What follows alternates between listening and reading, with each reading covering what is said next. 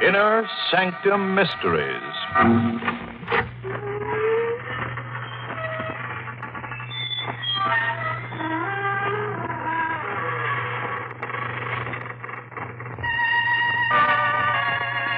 Good evening, friends of the creaking door. This is your host to welcome you into the Inner Sanctum. Come in. Into a gay little world of homicidal maniacs, vampires, ghosts, werewolves, and assorted forms of sudden death. Friends, if you ever walk through a cemetery at midnight and see a girl whose hair is on fire and who's carrying her head under her arm, you know what to tell her, don't you? Well, just say, keep a cool head on your shoulder, tourist, and run like crazy.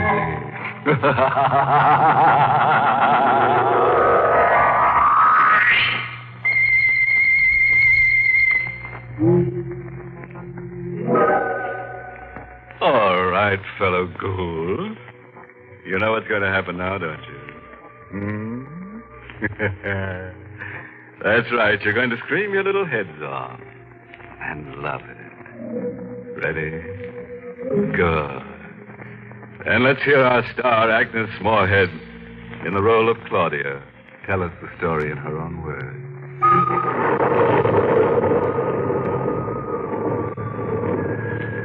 At exactly midnight, I saw him for the first time. My headlights picked him up when he hailed me along a lonely stretch of road near my home. I wouldn't have stopped, but the storm was so fierce I felt sorry for him. I drew up to the side of the road. Thank you. Going far? No, not far. Where to? I'll let you know. Oh! What's that? Where? There, on the side. Tombstone. Oh, there's a cemetery where I picked you up. Yes. Birch lawn.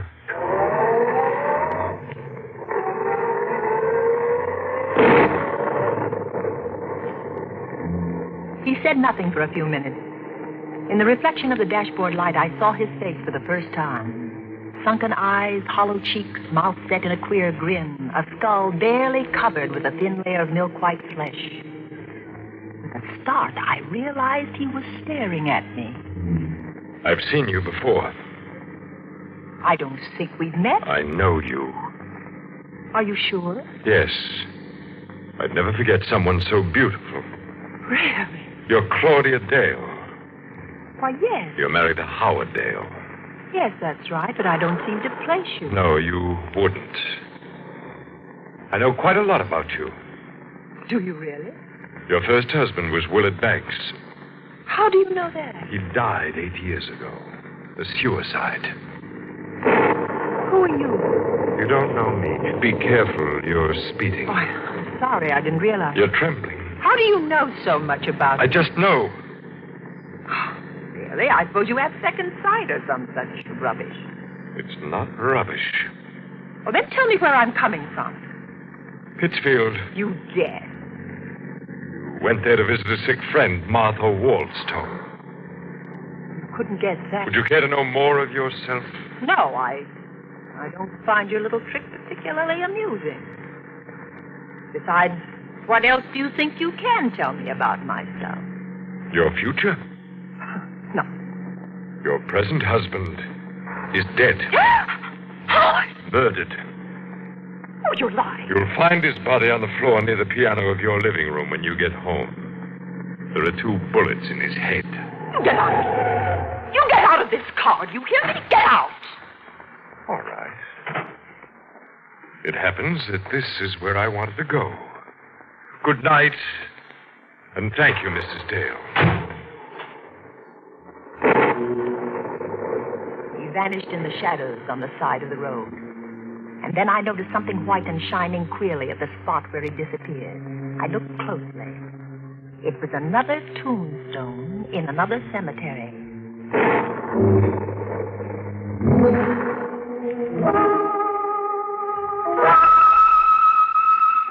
I raced madly for home, fighting the hysteria that seized me. The nightlight was burning in the living room. Nothing he had said could be true. Howard would take me in his arms and kiss me when I stepped into the house. Somehow I managed to get my key in the lock. I ran into the living room. Ah! Oh! Don't move. Who is it? I'm right behind you. I've got a gun. A gun? Get away from the body. Who are you? Turn around. You murdered him. Keep quiet. Don't come near me. Sit down. Don't you touch me. I said sit down. Help. I'm sorry I had to slap you, but you were losing control. You don't have to scream for the police. Here's my badge. You... Detective Sergeant Quinn, homicide. Oh, I thought you were... Yes, I know. Oh, Yeah, drink this. Who is he? my husband. You sure? Positive. When was he killed? About 20 hours ago. 4 yesterday morning. How do you know? One of the bullets went wild, hit that clock on the mantel. Where were you yesterday morning? Pittsfield. I stayed with a sick friend, Martha Wallstone. Look at these things. I took them out of his pocket. Oh, Are they all his? yes. Where's the snake ring? There were no rings. But he had one. It was quite valuable. He was never without it. I gave it to him. All right, now look. Oh, and did he wear it on the third finger of his left hand? Yes. Yes, there's a mark, but no ring. When did you come here? I drove in behind you. You left the front door open. I think I know who killed him. Who? A man I met on the road coming here.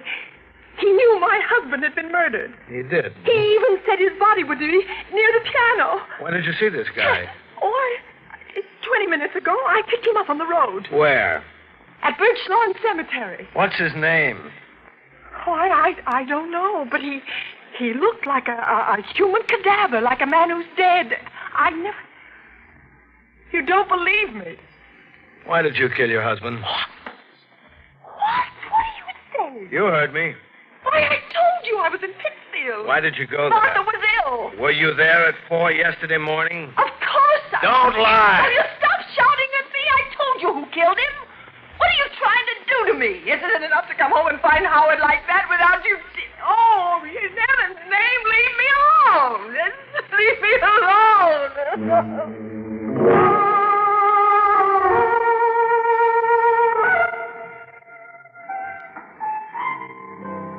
Another scotch, lady? No. No, thanks. Here, keep the change. I'm leaving. Sit down, Mrs. Dale. Don't go yet. You? Yes. Won't you please sit down? Yes. Are they making it difficult? Oh, it's a nightmare. Who are you? I'll tell you later. Why'd you come here? To talk to you. I knew I'd find you here. Oh, yes. Yes, you knew. You're not so skeptical now. No. What did you want to tell me? That you're the most beautiful woman I've ever seen. That I love you. I've loved you since I first saw you 7 years ago when you came here to live with your husband. Is that why? Why I killed him? Is that what you were going to say? Yes. I'm not an ordinary man, Mrs. Dale, but I'm not a fool. On this card, you'll find my name, address, and telephone number. Do you really believe I'd phone you? Oh, yes. There'll come a time when you'll want love. Good night, Mrs. Dale. Good night.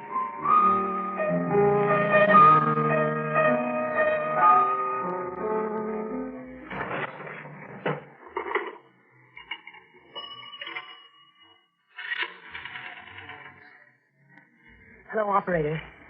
Get me police headquarters. Hurry, please.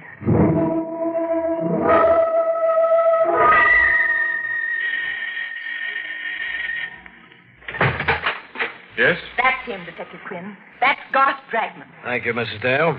Would you mind coming down to headquarters, Mr. Dragman? Not at all. Did she tell you I murdered her husband? Yes. As I thought she would. I didn't sleep a wink that night. Twice I got out of bed and drove to police headquarters. The lights were blazing in Quinn's office, but I didn't go in. The third time, I couldn't bear waiting. I went in. Oh, Mrs. Dale. Well? I'm glad you stopped by. We checked everything Dragman said. Seems he was in the same bar and grill where you met him tonight when your husband was killed. What about the things he said to me in the car? How could he know about the murder before you or I? I don't know. Perhaps he does have second sight. He's an odd-looking fellow, isn't he? But you can't arrest a man for murder because of that. He's criminally insane. I know he is. My dear Mrs. He Dale, is. I know. Oh, what's the use? I had loved Howard. I was determined to find the man who murdered him. I went to Garth Dragman's home. I was about to ring the doorbell when... Don't ring, Mrs. Dale. The door is open. Come in. You were expecting me? Yes, I was expecting you. Do you still think I killed your husband? I don't know what to think anymore. Do you want me to find the person who murdered him? Yes. More than anything in the world. I have strange gifts, Mrs. Dale.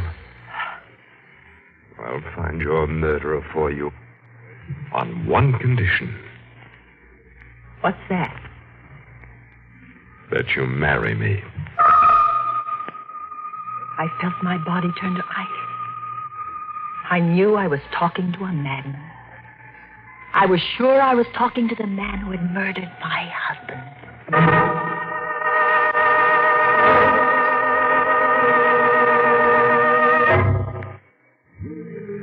Or maybe you think that Claudia doesn't have the courage to trap this homicidal Romeo.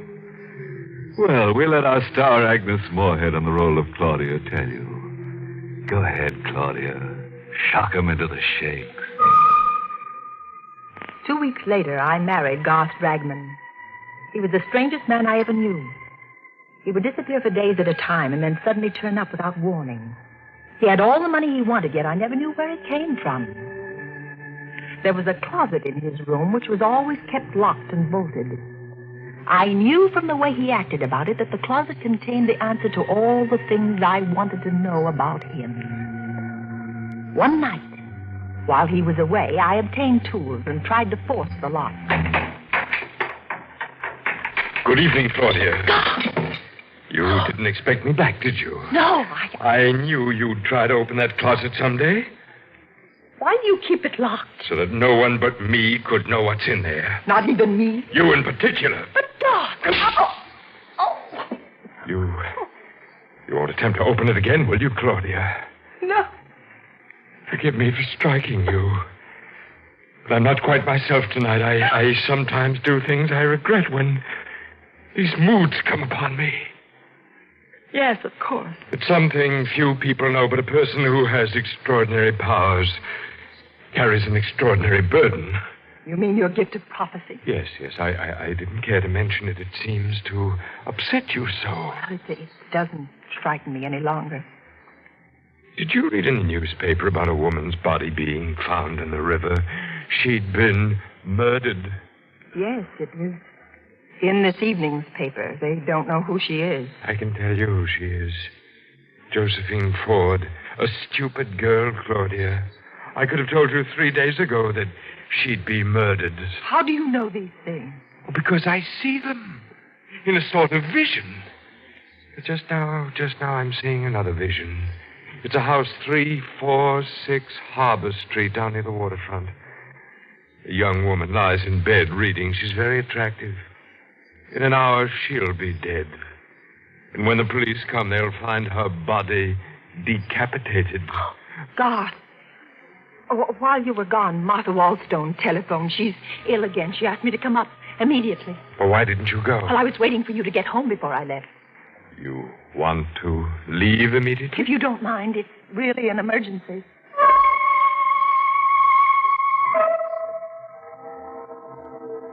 It took only a few minutes to get to the waterfront. I found the house at 346 Harbor Street. I went in. The lamp in the bedroom was burning. I looked at the bed. I fainted. All right, Mrs. Dale. You think you can sit up now? Oh, Detective Quinn. Yes. I hardly expected to find you here. Well, I came because Garth Dragman predicted this would happen. Now, Mrs. Dale. You still don't believe me. You're a strange woman, all right. You accuse this man of killing your husband, and then you marry him.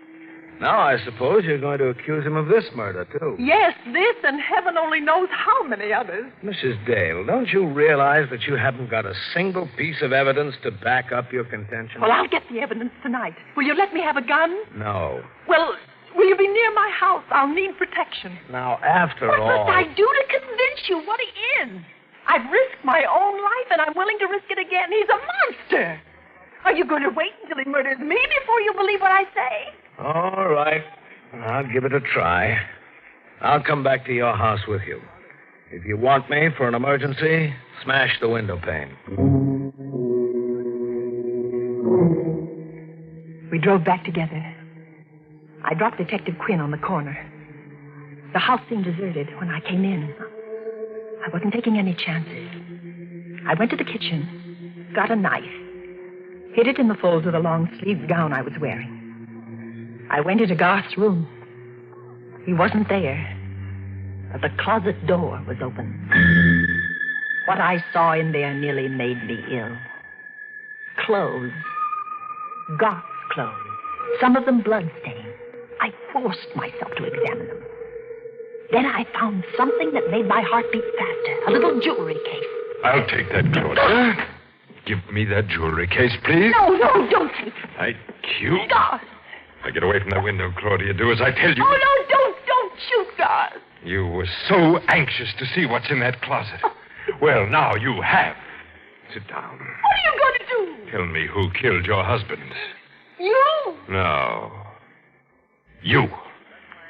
You're insane. I've written out a confession for you to sign. What'll happen if I don't sign it? I credited you with more imagination. Would you like to hear it? Yes. Yes, read it, please. Sit over here away from that window. Yes. I, Claudia Dale, murdered my first husband, Willard Banks, for his insurance by administering poison. My first husband? Yes, Claudia. I mean to make this document strong enough to send you to your death if I wish. I've got all the details here. Just how you murdered your first husband and how you killed your second. Shall I go on? No. You know it's a lie. Will you sign it? Of course not. Just what is your game anyway? If you want to kill me, why don't you shoot? You've been very successful before. There's no reason why you shouldn't succeed again. Go on, shoot. You put me in a very difficult position, Claudia. You see, you have found out certain things about me, things that would cost me my life. I should prefer to see you live because I love you. But I shouldn't hesitate to murder you. You love me. Yes. Yet you haven't taken me in your arms once since I've known you. The right time hasn't arrived. And what do you consider the right time? When I feel that you understand me. When I feel that you, who murdered two men, would understand my deep and strange desires. You really believe I'm a murderer? Yes. And that's why I love you. Then the time is now. The time? To take me in your arms. Claudia. He still held the gun. It wasn't more than 2 inches from me. I turned my lips up to him. I twisted my body to get out of the range of his revolver. When I felt his lips touch mine, I slowly let the knife slip into my hand. Slowly, caressingly, I drew my hand up toward his neck. Then I plunged the blade in. Claudia! Hurry! I'm coming!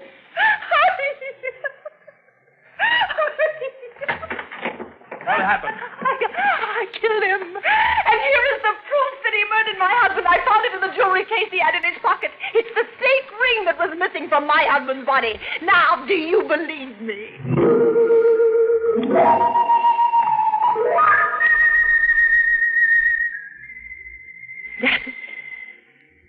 That's the whole story. I realize that you, as the district attorney, must know all the facts. And there they are. Thank you. There are a few points in the story that interest me particularly. First, the confession that he asked you to sign. What about it? The confession says that you were not in Pittsfield at 4 a.m. when your husband was killed. That you gave your friend Martha Waldstone a sleeping pill, drove down here, shot your husband, drove back to Pittsfield, turned Miss Waldstone's bedside clock to 4:15 and wakened her. Then you gave her some medicine to impress the time on her. She thought it was 4:15 and went back to sleep. Well, God was very clever at things like this. He had the extraordinary brilliance of the insane. Just one question. Was that the way that you murdered Howard Dale? But God murdered him. The ring proved it. He never had the ring. You put it in the jewelry box. I can't believe what you say. God was a homicidal maniac. He predicted the death of the people he murdered. Mrs. Dragman, don't you know yet? Know what? Garth Dragman was a detective working out of my office. That's how he knew about those deaths. He was put on the case because we suspected you of murdering your first husband as well as your second. A detective? Yes. And you are going to die for killing him. It's extremely daring and clever of you to murder him. But you never would have gotten away with it if he hadn't kissed you. He kissed you because he fell in love with you. The poor fool.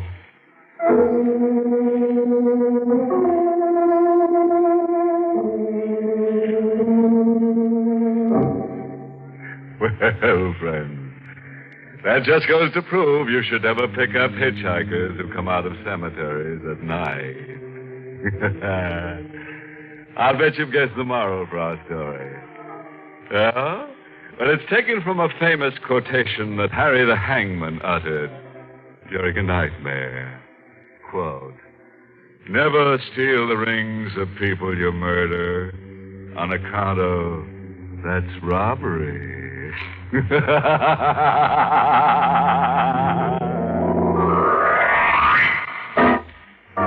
Well, friends, it's time once again to close that creaking door.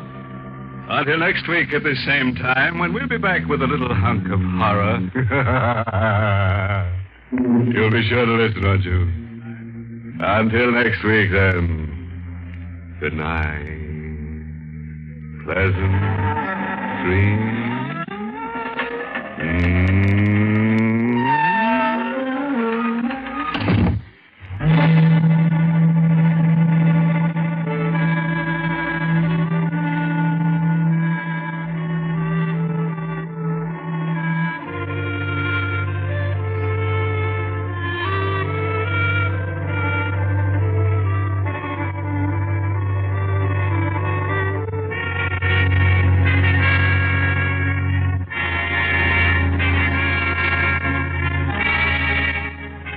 Inner Sanctum has come to you through the worldwide facilities of the United States Armed Forces Radio and Television Service.